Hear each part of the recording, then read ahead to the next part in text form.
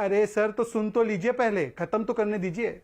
अब मैं ये कह रहा हूं कैबिनेट कि फेरबदल पर बहुत बड़ी खबर, कल शाम 6 बजे होगा कैबिनेट का विस्तार। बड़ी खबर अब यह औपचारिक है कि न्यूज 18 के पास एक खबर आ गई है कि कल शाम 6 बजे कैबिनेट का विस्तार होना जा रहा है और यह बड़ा विस्तार होगा। मोदी मंत्रिमंडल का बड़ा विस्तार होगा। ज्योतिरादित्य सिंधिया, सर्बानंद सोनोवाल, सुशील कुमार मोदी, सबको मौका मिलने के लिए जा रहा है। कुछ मंत्रियों की छुट्टी भी होगी, जैसी रिपोर्ट आ रही है। नारायण राणे शामिल होंगे। बड़ी खबर आ रही है, कल शाम 6 बजे विस्तार होगा। अमिताभ सिन्हा, देखिए, अभी सरकारी कम्युनिके आया नहीं है जो राष्ट्रपति भवन से भी आता है, लेकिन इतने संकेत साफ हो चुके हैं कि कल शाम 6 बजे कैबिनेट का विस्तार और फेरबदल, जिसकी लंबे समय से अटकलें लगाई जा रही थी, कल शाम को 6 बजे कैबिनेट का विस्तार होगा। काफी नए चेहरे, युवा चेहरे हो सकता है इस बार मंत्रिमंडल में आए। और 2 साल के बाद, कोरोना पीरियड के बाद 2 साल के बाद मोदी 2 में ये पहली बार विस्तार हो रहा है। तो मुझे लगता है कि काफी कुछ नजरें अब टिकी हुई है कि विस्तार किस हद तक होता है और कितने नए लोग आते हैं, किन राज्यों को तरजीह मिलती है। तो काफी चीजें अब धीरे धीरे परतें अब खुलनी शुरू हो गई हैं। बड़ी खबर है।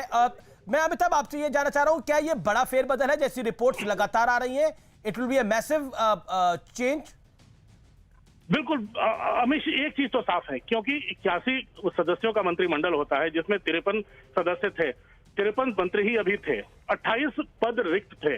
तो मुझे लगता है कि उन 28 में अगर 20 भी भरते हैं तो बड़ा फेरबदल है। कम से कम 9 से 10 मंत्रियों के पास 3 से 4 मंत्रालयों के प्रभार थे, जो कि ओवरवर्क थे।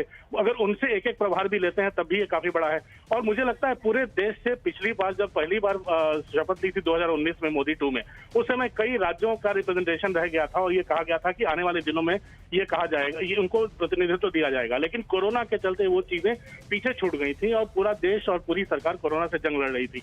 अब मौका आया है, तो मुझे लगता है प्रधानमंत्री ने काफी होमवर्क भी किया है, सारे मंत्रियों के काम की समीक्षा भी की है अमीश। तो मुझे लगता है उस समीक्षा के बाद, नए चेहरों का अध्ययन करने के बाद, उन राज्यों में का विस्तार देखने के बाद जहां विधानसभा चुनाव होने वाले हैं और उन राज्यों को जहां प्रॉपर रिप्रेजेंटेशन नहीं मिला था, मुझे लगता है इन तमाम चीजों को देखने के बाद मणिपुर हो चाहे उत्तराखंड, उत्तर प्रदेश को सबसे ज्यादा रिप्रेजेंटेशन मिल सकता है। महाराष्ट्र से कुछ लोग आ सकते हैं, गुजरात से कुछ लोग आ सकते हैं, कर्नाटक के लोग हो सकते हैं। तो मुझे लगता है एक मैसिव ऑल इंडिया जिसे प्रतिनिधित्व कहा जाए पूरे देश का, वो इस कैबिनेट में दर्शित हो सकता है इस रिशफल में। बड़ी खबर, बहुत बहुत शुक्रिया। आज सुबह थावरचंद गहलोत ने इस्तीफा दे दिया है और वो अब गवर्नर बनने के लिए जा रहे हैं। यानी एक बड़ा मंत्रिमंडल में फेरबदल होगा। लेकिन नरेंद्र मोदी की एक तरीका रहा है, प्रधानमंत्री मोदी का, उन्होंने कभी भी अपने मंत्रिमंडल को बहुत बड़ा जंबो मंत्रिमंडल नहीं बनाया है।